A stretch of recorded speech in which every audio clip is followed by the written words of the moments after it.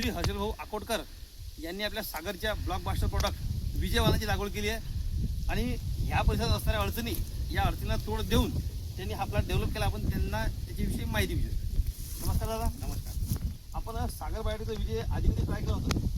हां, मी 3 वर्षाआधी सागर बायोटेकचा प्लॉट आहे. माझं जे खाली शेत दिसत आहे हां त्या शेतामध्येच मी प्लॉट लागवड केली होती. बरोबर. पण त्यावेळेस पण मला उत्पादन चांगलं आलं होतं आणि व्हेरायटीच्या बद्दल जर सांगायचं झालं तर रोग प्रतिकार शक्ती चांगली आहे. बरोबर. कुठल्याही प्रकारचा व्हायरस मला त्यावेळेस पण आला नव्हता. हां.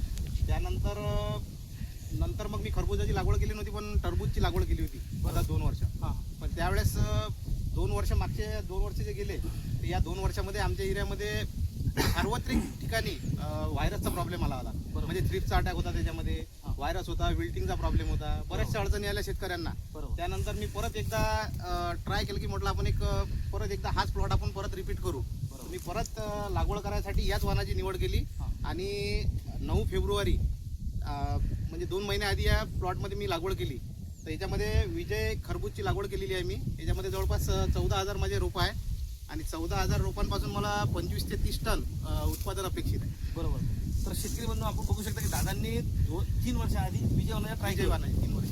तर त्यांनी परत टरबूज ट्राय केलं, परंतु हा जो परिसर आहे या परिसरात रोगराईचा खूप जास्त अटॅक आहे. तर त्यामुळे त्यांनी परत ह्या वर्षी एक चांगलं उत्पादन यावं अशा अपेक्षेने, कारण की ते स्वतः कृषी केंद्र संचालक आहेत, तर त्यांनी त्या विषयाची गांभीर्य समजून एक ब्लॉकबस्टर प्रोडक्ट जे आपल्या शेतामध्ये टिकणार आहे असं त्यांनी निवड म्हणून सागर बायोटेकचं विजयवान निवडलेलं आहे. आजची तारीख आपण बघू शकता 4 एप्रिल 2026. प्लॉट पूर्ण हिरवागार आहे, विल्टिंग नाही, व्हायरस नाही, कोणतीच अडचण नाही. माल एकदम 100% रेडी आहे. तुम्ही मालाची साईज बघू शकता कशी व्यवस्थित आहे. पुढील एक 7 ते 8 दिवसामध्ये हा प्लॉट काढण्यात येणार आहे. सेटिंग पण भरपूर झालेली आहे. हां.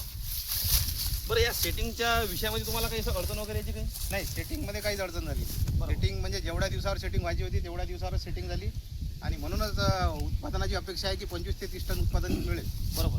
म्हणजे तुमचा हा जो गाव आहे पणज, हां, या परिसरात तुम्ही सागर बायोटेकचा विजय लावण्यासाठी शेतकऱ्यांना सांगू इच्छित असाल? बिलकुल. सर्व शेतकऱ्यांना मी आवाहन करेल की तुम्ही येत्या काळात किंवा पुढच्या वर्षी तुमचं जर नियोजन असेल खरबूज वगैरे लावायचं तर तुम्ही याच वाहनाची निवड करा आणि हेच वाहन लावा. बरोबर. नमस्कार शेतकरी.